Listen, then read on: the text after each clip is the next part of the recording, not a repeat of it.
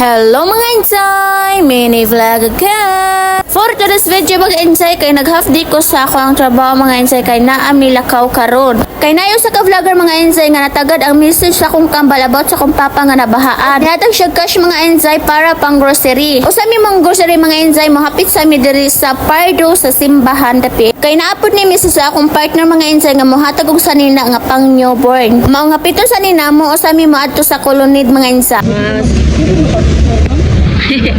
Thank you, Ani. Sa Colonnade mo ra dai mi ani mga grocery mga insay kay dool ra sa lawan uno kung asa sila nag-stay ni Papa.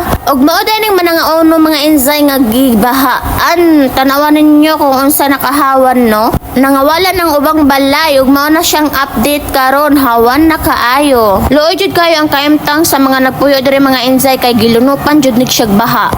Paguman mga insay ni diretso na dayon mi diri sa Colonnade kay mangompra na ta sa grocery. So ang una namong gitirada mga insay kay kanang mga canned foods no kanang ready to eat na para di na sila magluto-luto. Og naapod na siya mga noodles, pasat canton, biscuit sa mga bata og sabon sa mga bata mga insay. Og i-priority pod na magpalit ang diaper og wipes sa kung manghud nga newborn. Naapod na ni siya bugas nga gapila na mog 10 kilos mga insay pero naulahira na magpalit kay maglisod na migdala. Ug man na magpamalit mga insay, diretso na dayon mi diri sa eskwelahan sa Lawaan Uno. Salamat dai kay Ma'am Rose Hills nga nahatag og blessings. Ang imong gihatag nga blessings ma'am kay amo jud gipalitan nanok sa mga kailanganon nila. Og salamat pod sa pagsalig namo. Guys, so na ako diri ron sa eskwelahan kay naghatod mi sa gihatag sa para sa akong manghod. Dara ang bata dami tutulog. Salamat guys sa naghatag aning mga sanina og mga kalo sa bata og mga diapers. Ang kaning nga page.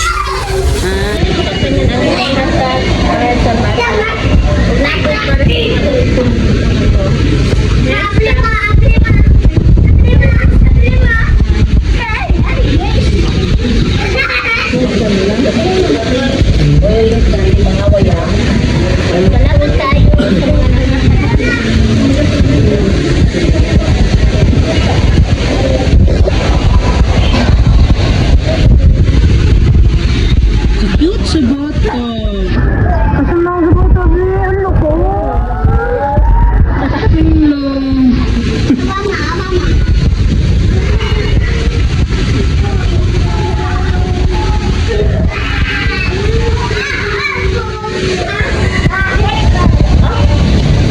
Mao din ita na napalit na mo mga insay og ang bugas kay to be follow ra kay gipalit pa jud.